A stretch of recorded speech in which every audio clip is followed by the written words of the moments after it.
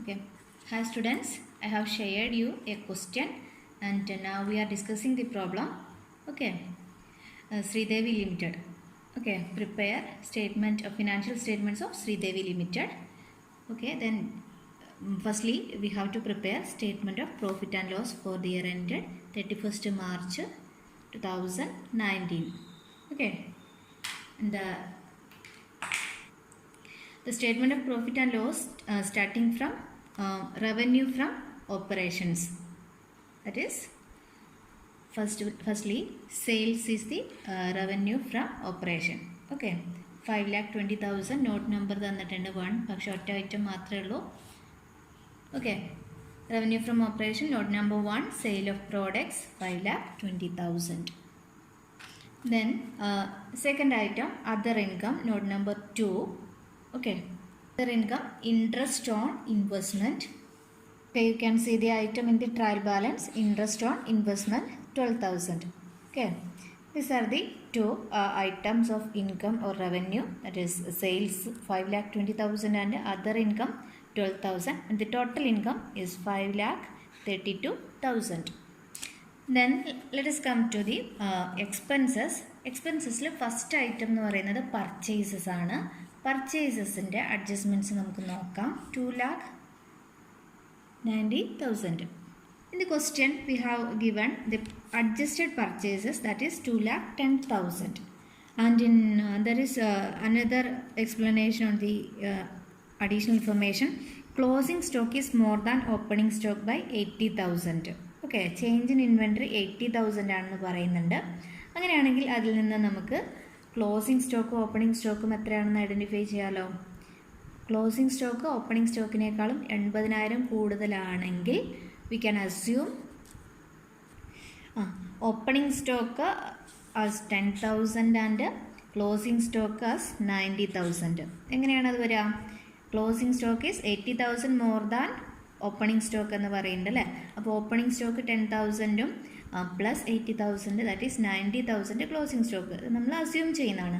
നമുക്ക് ക്വസ്റ്റ്യനിൽ തന്നിട്ടുള്ളത് അഡ്ജസ്റ്റഡ് പർച്ചേസസ് ആണ്, ദാറ്റ് ഈസ് 2,10,000. അത് വെച്ചിട്ട് നമ്മൾ പർച്ചേസിലേക്ക് എങ്ങനെ പോകും? പർച്ചേസ് എങ്ങനെ കാൽക്കുലേറ്റ് ചെയ്യും? Purchases is equal to adjusted purchases plus closing stock minus opening stock. Okay, അപ്പം നമുക്ക് എന്ത് കാണണം? പർച്ചേസ് കാണണം. Adjusted purchases 2,10,000 plus closing stock 90,000 minus opening stock 10,000, that is 2,90,000. This is the purchases. Clear? ഇനി next item എന്ന് പറയുന്നത് change in inventory ആണ്. Change in inventory note number 3. നമുക്ക് കാൽക്കുലേറ്റ് ചെയ്യാനൊന്നുമില്ല, ഓൾറെഡി ക്വസ്റ്റ്യനിൽ തന്നതാണ്. എന്നാലും നമുക്ക് ആ ഒരു സ്റ്റേറ്റ്മെൻറ്റിൻ്റെ അതേ ഫോർമാറ്റിൽ ഒന്ന് ചെയ്ത് നോക്കാം. Opening stock 10,000, closing stock 90,000, change in inventory 80,000. Okay, closing stock opening സ്റ്റോക്കിനേക്കാളും കൂടുതലാണ് 80,000. സോ അപ്പോൾ ഫിഗർ നമ്മൾ എങ്ങനെ എഴുതും? ബ്രാക്കറ്റ്സിൽ എഴുതും. Okay, change in inventory 80,000 in brackets. Okay, next item എന്ന് പറയുന്നത് എക്സ്പെൻസിൽ ഏതാണ്? Employee benefit expenses note number 4 ആണ്. നോട്ട് നമ്പർ 4 നോക്കുക. എംപ്ലോയി ബെനിഫിറ്റ് എക്സ്പെൻസസിൽ ഒറ്റ ഐറ്റമേ ഉള്ളൂ, സാലറീസ് 60,000. എംപ്ലോയി ബെനിഫിറ്റ് എക്സ്പെൻസസ് നമ്മളിവിടെ എഴുതി 60,000. നെക്സ്റ്റ് ഐറ്റം ഫിനാൻസ് കോസ്റ്റ് ആണ്, നോട്ട് നമ്പർ 5. ഓക്കെ, ക്വസ്റ്റ്യനിൽ ഒരു ഐറ്റം ഉണ്ട്, ഇൻട്രസ്റ്റ് ഓൺ ഡിബഞ്ചേഴ്സ് എന്ന് പറഞ്ഞിട്ട് ഒരു ഐറ്റം. ഡിബഞ്ചർ ഇൻട്രസ്റ്റ് നമ്മൾ സാധാരണയായിട്ട് എന്തായിട്ട് ട്രീറ്റ് ചെയ്യുന്നതാണ്? ഫിനാൻസ് കോസ്റ്റ് ആയിട്ട് ട്രീറ്റ് ചെയ്യുന്നതാണ്. എമൗണ്ട് 28,000. അപ്പോൾ ഫിനാൻസ് കോസ്റ്റ് നമ്മൾ എഴുതി എത്രയാണ്? 28,000. ഡിപ്രീസിയേഷൻ ആൻഡ് അമോർട്ടൈസേഷൻ എക്സ്പെൻസസ് ആണ്. ക്ലിയർ? Not number 6. അപ്പോൾ ഡിപ്രീസിയേഷൻ ആൻഡ് അമോർട്ടൈസേഷൻ എക്സ്പെൻസിൽ രണ്ടായിട്ട് നമുക്ക് ഓൾറെഡി അഡ്ജസ്റ്റ്മെൻറ്റിൽ തന്നിട്ടുണ്ട്. ഡിപ്രീസിയേഷൻ ഓൺ ബിൽഡിംഗ് 8,000ഉം depreciation on plant and machinery 12,000ഉം ടോട്ടൽ 20,000. അമോർട്ടൈസേഷൻ എക്സ്പെൻസസ് എത്രയാണ്? 20,000 ആണ് വരിക. Next head other expenses note number 7.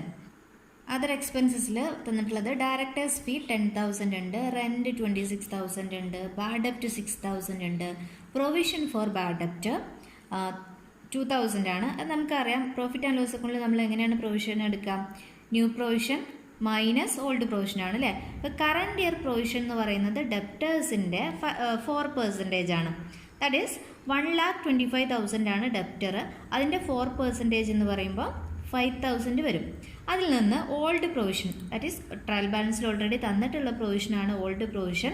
New provision 5,000 minus old provision 3,000 less ചെയ്യുമ്പോൾ നമുക്ക് എന്ത് കിട്ടും? Current year provision profit and loss അക്കൗണ്ടിൽ എന്താണ് ആഡ് ചെയ്യേണ്ടതെന്ന് വെച്ചാൽ കിട്ടും. That is 2,000.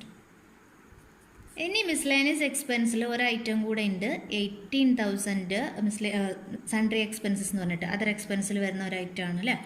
അപ്പോൾ അതും കൂടെ ചേർത്തിട്ട് ടോട്ടൽ അതർ എക്സ്പെൻസസ് എന്ന് പറയുന്നത് എത്രയാണ്? 62,000. Okay, total of other expenses 62,000. Okay, അപ്പോൾ ഇത്രയാണ് എക്സ്പെൻസസിൽ വരുന്നത്. ഇനി നമുക്ക് എന്ത് ചെയ്യണം? ടോട്ടൽ എക്സ്പെൻസസ് എത്രയാണെന്ന് കാണാം. ഓക്കെ, അപ്പോൾ ടോട്ടൽ എക്സ്പെൻസസ് എത്രയാണ്? 3,80,000 വരും. ഓക്കെ, അപ്പോൾ ടോട്ടൽ റവന്യൂ എത്രയാണ്?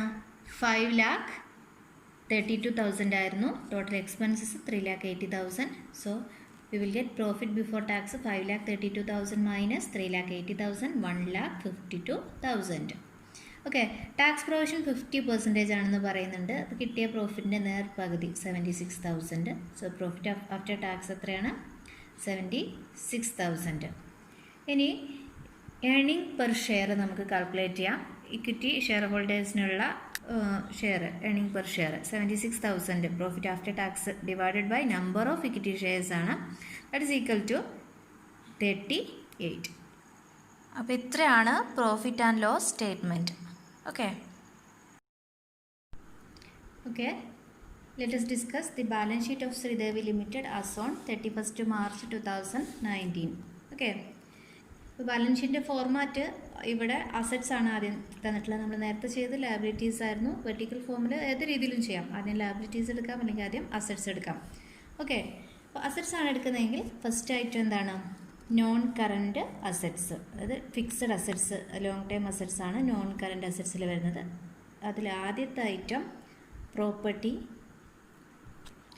Plant and equipment, not number 8. So property, plant and equipment എന്നുള്ള ഹെഡിൽ ബിൽഡിംഗ് ആണ് first item. 2,90,000 less accumulated depreciation നമുക്ക് ട്രയൽ ബാലൻസിൽ തന്നിട്ടുണ്ട് 50,000. അത് ഡിഡക്റ്റ് ചെയ്യുക. 2,40,000. ദെൻ മെഷീനറി 1 lakh ആയിരുന്നു. അതിൽ നിന്നും അക്യുമുലേറ്റഡ് ഡിപ്രീസിയേഷൻ 55,000 ലെസ് ചെയ്യുമ്പോൾ 45,000. Then the total of property, plant and equipment is 2,85,000.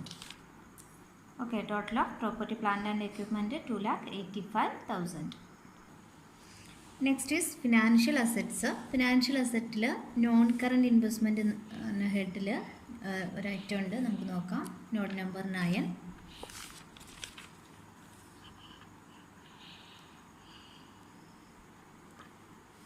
Investment in 1,200 shares of rupees 100 each, that is 1,20,000. Okay, but non current investment in shares 1,20,000. Okay, അടുത്ത head current asset. Current അസറ്റ്സിൽ first item എന്ന് പറയുന്നത് inventory ആണ്. Okay, not number 10. Okay, അപ്പോൾ ഇൻവെൻട്രിയിൽ നമ്മളെടുക്കുന്ന first item closing stock in trade എന്ന് പറഞ്ഞിട്ട് ക്ലോസിംഗ് സ്റ്റോക്ക് 90,000. ഇനി അതിലെടുക്കുന്ന ഒരു ഐറ്റമാണ് ലൂസ് ടൂൾസ് 23,000. ഓക്കെ, ഇൻവെൻട്രി ആയിട്ട് ട്രീറ്റ് ചെയ്യുന്ന ഒരു ഐറ്റമാണ് ലൂസ് ടൂൾസ്. ടോട്ടൽ 1,13,000. അപ്പോൾ ഇൻവെൻട്രി എത്രയാണ്? 1,13,000. ഓക്കെ, ഇനി ഫിനാൻഷ്യൽ അസറ്റ്സിൽ ഏതൊക്കെ നോക്കാം. കറണ്ട് അസറ്റ്സ് ആണ്. കറണ്ട് അസറ്റ്സ് ആകുമ്പം ആദ്യത്തെ item trade receivables, note number 11. Note number 11 trade റിസീവബിൾസിൽ ഒറ്റ ഐറ്റം മാത്രം, ട്രേഡ് ഡെറ്റേഴ്സ്. ഡെറ്റേഴ്സ് എത്രയായിരുന്നു? 1,25,000 less provision 5,000. Final balance 1,20,000. Okay, 1,20,000 trade receivables. അടുത്ത item cash and cash equivalent, note number 12. Cash equivalent cash at bank മാത്രമേ ഉള്ളൂ. 30,000 ആണ് cash at bank. Okay, അപ്പോൾ cash and cash equivalent 30,000. Other financial asset നോക്കാം. Note number 13. ഒറ്റ item മാത്രമേ ഉള്ളൂ advance tax എന്നുള്ള ഒരു ഐറ്റം ഒരു അതർ ഫിനാൻഷ്യൽ അസറ്റ് ആയിട്ട് ട്രീറ്റ് ആവുന്നത് 60,000. അപ്പോൾ 60,000 ആണ് അതർ ഫിനാൻഷ്യൽ അസറ്റ്. ഇനി അതർ കറണ്ട് അസറ്റ്സ് ആണ് നോട്ട് നമ്പർ 14. അതിൽ ഒറ്റ item interest accrued on investment 2,000. Okay, other current അസറ്റിൽ ഒരു ഒറ്റ ഐറ്റം മാത്രമേ ഉള്ളൂ. That is 2,000 only. Okay, so we will get the total asset 7,30,000. Clear? അപ്പോൾ അസറ്റ്സിൻ്റെ ടോട്ടൽ കിട്ടിക്കഴിഞ്ഞു. ഇനി നമുക്ക് ലയബിലിറ്റീസ് നോക്കാം. Equity and liabilities. Okay, equity എന്നുള്ള ഹെഡിൽ ആദ്യത്തെ ഐറ്റം ഷെയർ ക്യാപിറ്റലാണ് നോട്ട് നമ്പർ 15.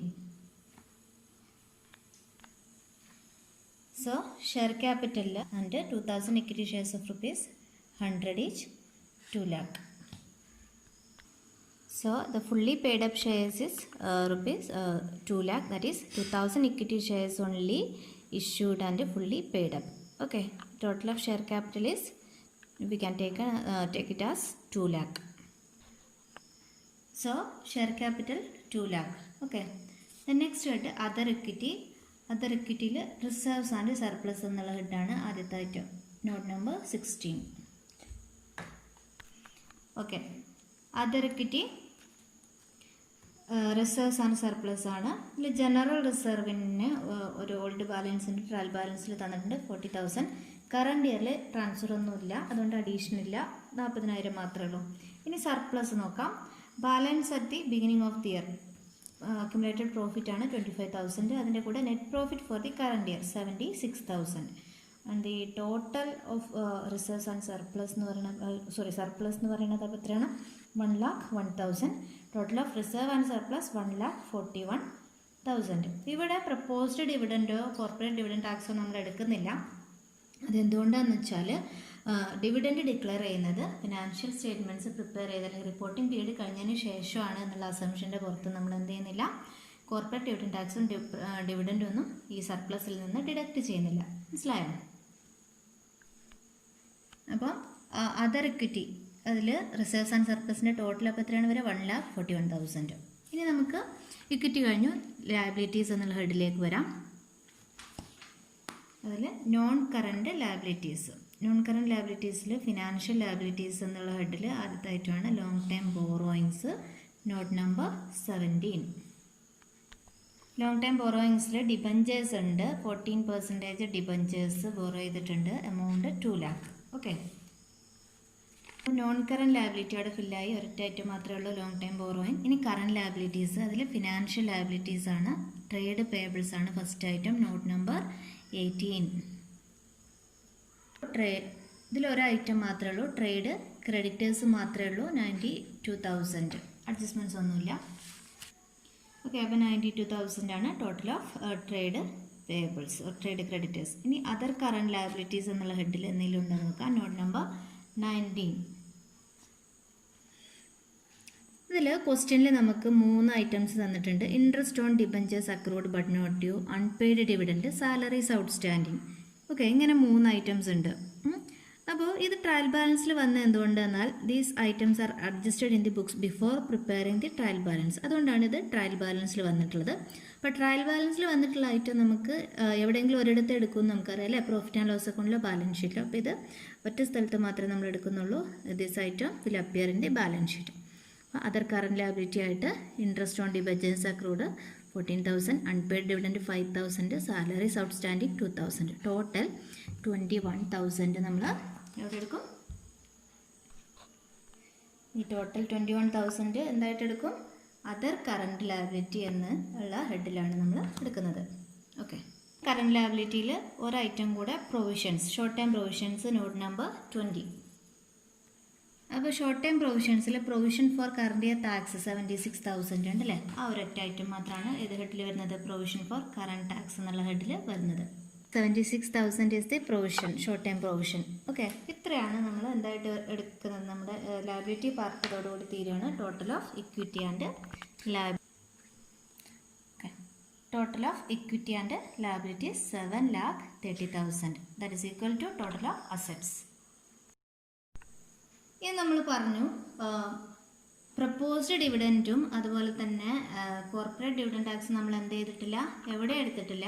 അത് നമുക്ക് എവിടെ അഡ്ജസ്റ്റ് ചെയ്യാം, ഇതിന് താഴെ ആയിട്ടാണ് ഇതിനെ ട്രീറ്റ് ചെയ്യുന്നത്. ലാസ്റ്റ് നോട്ടായിട്ട് ഓൾറെഡി അസറ്റ്സും ലയബിലിറ്റീസും നമ്മൾ ടോട്ടൽ ചെയ്തു.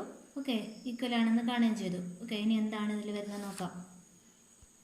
കണ്ടിജന്റ് ലയബിലിറ്റീസ് ആൻഡ് കമ്മിറ്റ്മെൻറ്റ്സ് എന്നുള്ള ഹെഡിൽ, കമ്മിറ്റ്മെൻറ്റ്സ് എന്നുള്ള ഹെഡിലാണ് പ്രപ്പോസ്ഡ് ഡിവിഡൻറ്റ് വരുന്നത്. 2 lakh ആണ് നമ്മുടെ ഇക്വിറ്റി ഷെയർ ക്യാപിറ്റൽ. നമുക്കറിയാം proposed dividend 25%. Okay, and total dividend എത്ര വരും, നെറ്റ് ഡിവിഡൻറ്റ് നെറ്റ് ഡിവിഡൻറ്റിൽ ഇവിടെ ഗ്രോസ് ഡിവിഡൻ്റ് ആയിട്ട് തന്നെയാണ് ട്രീറ്റ് ചെയ്യുന്നത്. That is equal to 50,000. Gross ആയിട്ട് എടുക്കാൻ കാരണം നമ്മൾ എന്ത് ചെയ്തിട്ടില്ല, ഓൾറെഡി കമ്മിറ്റ്മെൻറ്റ്സിൽ ജസ്റ്റ് അഡ്ജസ്റ്റ്മെൻ്റ് ആയിട്ട് കാണിക്കുന്നേ ഉള്ളൂ. ഓക്കെ, ഇനി കോർപ്പറേറ്റ് ഡിവിഡൻഡ് ടാക്സ് 50,000ൻ്റെ 17.472%, 8,736. ടോട്ടൽ കമ്മിറ്റ്മെൻറ്റ്സ് എന്ന് പറയുന്നത് ഡിവിഡൻറ്റ് കൊടുക്കണം, ഡിവിഡൻറ്റിൻ്റെ മേലുള്ള കോർപ്പറേറ്റ് ഡിവിഡൻഡ് ടാക്സും കൊടുക്കണം, 58,736. ഇതൊരു റഫ് ഫിഗറാണ്, ആക്ച്വൽ ഫിഗർ അല്ല. കാരണം ഇവിടെ നമ്മൾ എന്തെടുത്തിട്ടില്ല, ഗ്രോസ് ഡിവിഡൻറ്റ് ഒന്നും കൺസിഡർ ചെയ്തിട്ടില്ല. ഓക്കെ, ഈ ലാസ്റ്റ് നോട്ട് കമ്മിറ്റ്മെൻറ്റ്സ് എന്നുള്ളതായിട്ട് നമ്മൾ എന്ത് ചെയ്യും, ബാലൻസ് ഷീറ്റിൽ താഴെയായിട്ട് നോട്ട് പ്രൊവൈഡ് ചെയ്തിട്ട് കാണിക്കും. ഓക്കെ.